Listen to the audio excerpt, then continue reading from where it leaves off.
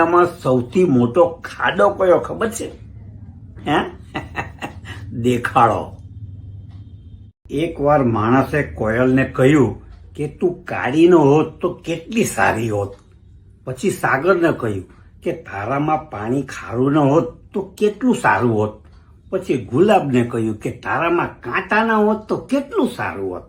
એટલે ત્રણે જણા સાથે બોલ્યા કે હે માણસ, તારામાં બીજાની ખામીઓ જોવાની આદત ના હોત તો કેટલું સારું હોત. હે? દીવાને વંદન કેમ કરવામાં આવે છે ખબર?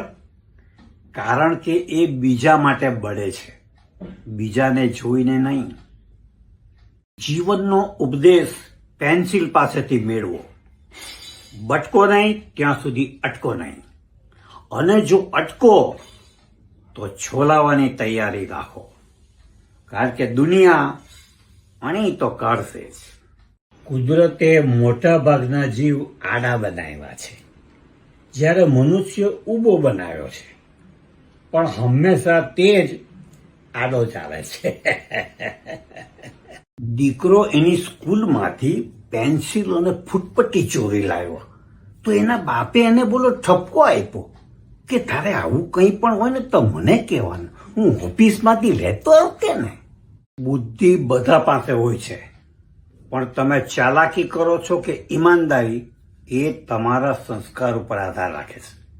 ચાલાકી 4 દિવસ ચમકે છે, પણ ઈમાનદારી જિંદગીભર. પાણી તો દરેકને એક જ અપાય છે, છતાં શેરડી મીઠી, દ્રાક્ષ ખાટી, મરચું તીખું અને કારેલું કડવું કેમ ઉગે છે? એનું કારણ પાણી નહીં, બીજ છે. કહેવાનો મતલબ એટલો છે કે આપણે આપણા મનમાં જેવા વિચારોનું વાવેતર કરીશું એવું જ ઉગશે. બરફનો ટુકડો જામમાં પડીને બદનામ થઈ ગયો, જ્યારે સફાઈ આપવા ગયો ત્યાં સુધીમાં ખુદ શરાબ થઈ ગયો. મલમ બધાને ઘેરે નથી હોતી, પણ હા, મીઠું બધાને ત્યાં હોય છે. એટલે બહુ વિચારીને ઘા દેખાડવા દુનિયાને.